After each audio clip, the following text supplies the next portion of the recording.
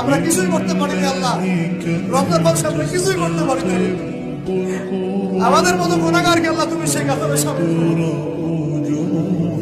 পুরো রমজানে আমরা আমাদের গাজার ভাইদের জন্য কিছুই করতে পারি নাই, একটা টাকা সাদাকা পাঠাতে পারি নাই, ওদেরকে একবার খাবার দিতে পারি নাই। রমজানে আমরা কোরআনের হক আদায় করতে পারি নাই, খাস করে তওবা করতে পারি নাই, তাহাজ্জুদ ভালো করে করতে পারি নাই, তারাবি ঠিক মতো করতে পারি নাই।